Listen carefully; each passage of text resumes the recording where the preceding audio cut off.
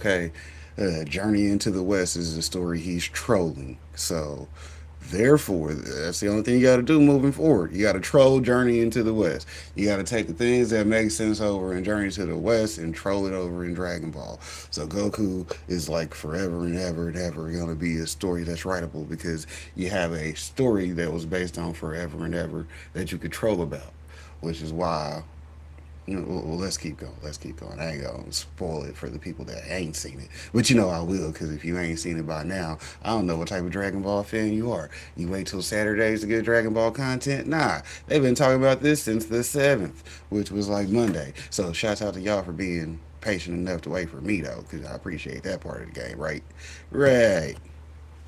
For a long time. The Dragon Ball Super manga does not function like the Dragon Ball manga. And this is why there have been some debates about canon, because a lot of the Super manga takes what Toriyama wrote in a manuscript for the anime, like all of the, black art, terms of power, and then changes things or adds things. That's why the Goku Black arc was different in the manga, because Toyotaro made those changes and Toriyama approved them. But when you get to the post-anime stuff, like post-TOP, I was covering this as it was coming out.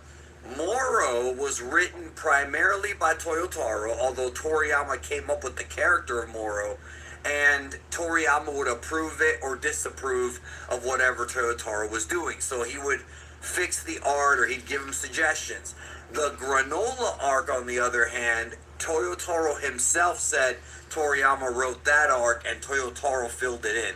So Toriyama would write a very basic outline, a little bit of backstory on the characters, what's going to happen, where the story goes, and then Toyotaro takes that and draws it and makes it all kind of pan out. So the Dragon Ball Super manga is already completely different creatively than the OG Dragon Ball manga from 94 to 95, from Pilaf to Boot. That was Toriyama with his editors approving it, but it was all from his mind. So, again, that's why these canon debates can get complicated, because Toriyama's not only a different man, but his position was different during Super.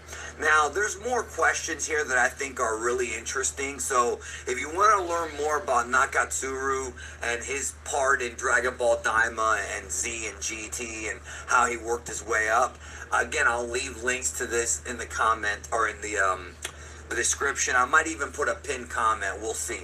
Now, I want to go to this question, because the question is, okay, what's next? Is Super going to continue or not? And this is a very big thing, because, man, this question has come up for the past year since Toriyama passed away. They continue to say in V-Jump that Dragon Ball Super is on hiatus. They have not announced that it's over. They have not announced that it's continuing. They're just saying it's on a hiatus, which means that you would assume it would come back at some point. But there's no date. There's no date for its return. Nothing. So, of course, they're going to ask these guys, because why not? So the question is, the Dragon Ball franchise has evolved a lot. Some compare it to Star Wars with both good and bad. Well, I think Dragon Ball has kept its heart a lot more than Star Wars did since the Disney purchase. Star Wars has changed a lot. So how do you see its future as a franchise? Torishima immediately says, you're asking us? That's really a question for Shueisha or Toei Animation or whoever manages Toriyama's rights. So this is important, because I saw some people blaming Toriyama. That's that whole waiting on the lawsuits and all that shit to get settled out, and then whoever's running it is be the people that he's like, okay, y'all won. With the other two people, like he said, hey, y'all can buy a show for me also, because I can write y'all a Dragon Ball GT if you want. Something that's not the exact same story I've already done, right? Calling him lazy. I saw some folks even saying, well, maybe he's still not over the passing of Toriyama. All that stuff is not being over the passing of Toriyama. That makes sense, because he works so closely with him.